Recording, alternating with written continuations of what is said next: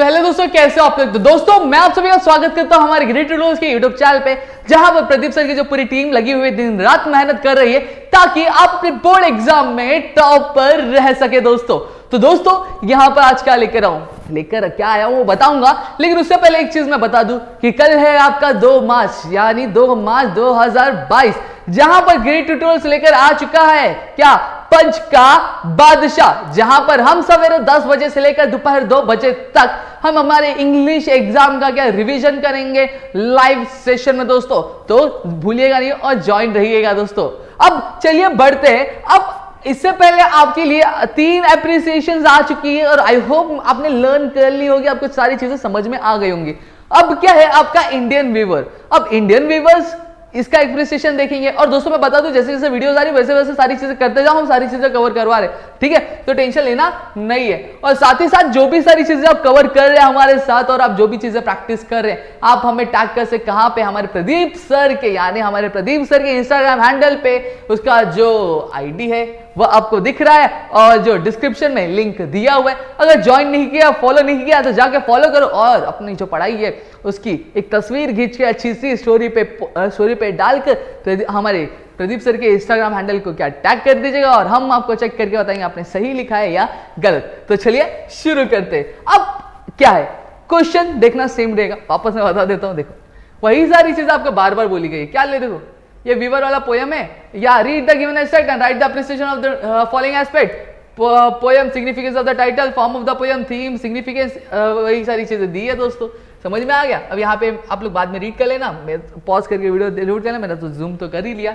अब आगे क्या है इसको लर्न कैसे करेंगे। सबसे पहली चीज हम क्या करते हैं, हम टाइटल देखते हैं। तो टाइटल को कैसे याद रखना है, टाइटल को हम याद रखेंगे वीवर है तो क्या आना चाहिए। अगर क्वेश्चन में अगर जो उसमें दिया है अगर वीव आता है तो वीव के आगे आर लगा के वो हो जाएगा हमारा वीवर। क्या हो जाएगा वीवर। और हम कहाँ रहते, इंडिया में रहते, तो हम क्या लिखेंगे इंडियन व्यूवर। क्या लिखेंगे इंडियन व्यूवर। अगर व्यू आता है तो व्यू से याद रखिएगा कौन सा पोयम है, इंडियन व्यूवर्स वाला जो पोयम है वो उसका ये आपका स्टांजा, इतना ध्यान रखिएगा। अब ये लिखा किसके द्वारा गया था, लिखा गया था हमारी सरोजनी नायडू द्वारा, ठीक है। अब अबाउट में याद रखिएगा फर्स्ट वॉल्यूम किसकी, द गोल्ड थ्रेशोल्ड, जो पब्लिश हुई थी 1905 में। याद रखिएगा क्या याद रखोगे कि वीव आया पोयम में तो ये क्या है आपके इंडियन व्यूवर का स्टांजा का पोयम है, ठीक है। फिर उसके बाद ये लिखा किसके द्वारा गया था, हमारे सरोजनी नायडू जी द्वारा। ये अब अबाउट में क्या आएगा, अबाउट में आएगा फर्स्ट वॉल्यूम जो बुक थी द गोल्डन थ्रेशोल्ड की, जो फर्स्ट वॉल्यूम थी जो पब्लिश हुई थी 1905, उसमें से क्या ये लिया गया है दोस्तों। अब पोयम क्या प्रेजेंट करता है, पोयम मेटाफोर प्रेजेंट करता है किस चीज का, 3 जो स्टेज होता है हमारे ह्यूमन लाइफ के, यानी सबसे पहले हम पैदा होते हैं यानी बर्थ, फिर हम जवान होते हैं उसको बोलते हैं यूथ, और फिर हम जब बूढ़े होते हैं, समझ में आ गया, और बूढ़े होने के बाद हमारा जो डेथ वाला जो पीरियड होता है उसे हम लोग डेथ, ठीक है। इतनी चीजें क्या क्या याद रखोगे, वीवर द इंडियन वीवर, ठीक है। लिखा किसके द्वारा गया था, सरोजनी नायडू जी द्वारा। कौन से बुक से, जो फर्स्ट वॉल्यूम थी द गोल्डन थ्रेशोल्ड जो पब्लिश हुई थी 1905 में, वहां से लिखा गया था। फिर उसके बाद आपका पोयम क्या प्रेजेंट करता है, मेटाफोर प्रेजेंट करता है किस चीज का, 3 स्टेज का हमारे लाइफ का। कौन से बर्थ, यूथ और डेथ का। इतनी चीजें क्लियर है। अब जो थीम क्या है, थीम है पैरेलिज्म। क्या सेंट्रल थीम क्या पोयम की, पैरेलिज्म में फिगर ऑफ स्पीच, वही एलिट्रेशन, रिपीटिशन, सिमिली, और आपको और भी कुछ दिखना है तो आप देख सकते हो, या फिर आप ये 3 भी लिखोगे तो चलेगा, कोई दिक्कत नहीं है, ठीक है। फिर उसके बाद फीचर क्या है, फीचर इमेजरी है। फीचर क्या है, इमेजरी। अब मैसेज क्या कन्वे कर रहा है, perpetual motion of the life of each एक यूनिक पोयम, ठीक है। चलो देखते हैं अब इसको लिखना कैसे। मेरे ख्याल से लर्न हो गया, मुझे तो लर्न हो गया, बता दूं। देखो इंडियन व्यूवर आया तो यार क्या लिखना है, इंडियन व्यूवर्स का पोयम। फिर लिखा किसके द्वारा गया था, सरोजनी नायडू द्वारा। कौन से बुक से, जो फर्स्ट वॉल्यूम थी गोल्डन थ्रेशोल्ड की जो पब्लिश हुई थी 1905 में, वो लिखना है। इतनी समझ में आ गया। पोयम क्या प्रेजेंट करता है, पोयम मेटाफोर प्रेजेंट करता है हमारे 3 स्टेज जो होते हैं लाइफ के, यानी बर्थ, यूथ और डेथ का क्या 3 स्टेज हमारा रिप्रेजेंट करता है। फिर उसके बाद क्या है दोस्तों, उसके बाद आता है आपका थीम। जो थीम है वो क्या है, पैरेलिज्म है।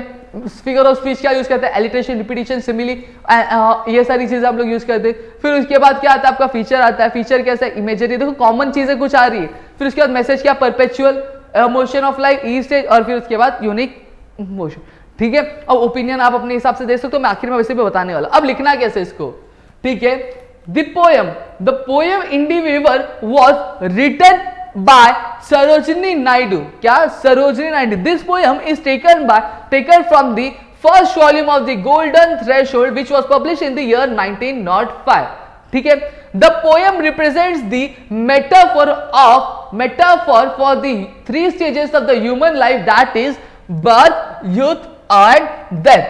The poet has kept the central theme parallelism, which states the three stages of the human life. ये लिख दिया. फिर उसके बाद the poet has used the figure of speech such as alliteration, repetition, simile.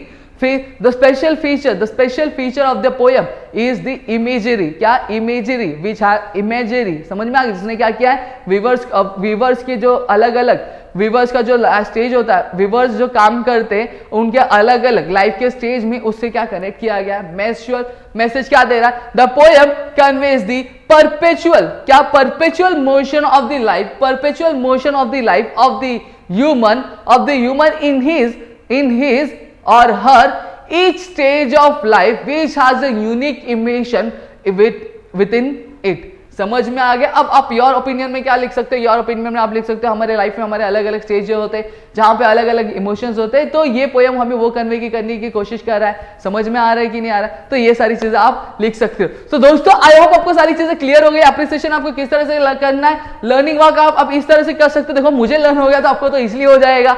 ठीक है, तो क्या करना है? कुछ नहीं करना है, आपको नोट्स बनाने, लिखने और लर्न करना है और आपका एप्रिसिएशन लिख के प्रैक्टिस कर लो एक दो बार.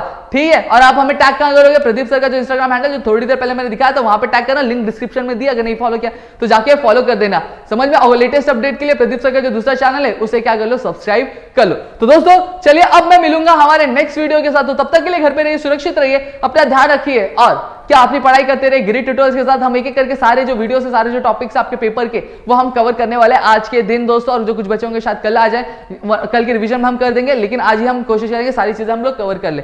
तो चलिए bye, thank you so much कि आप हमारे साथ वीडियो में बने रहे और अपना ख्याल रखिएगा दोस्तों.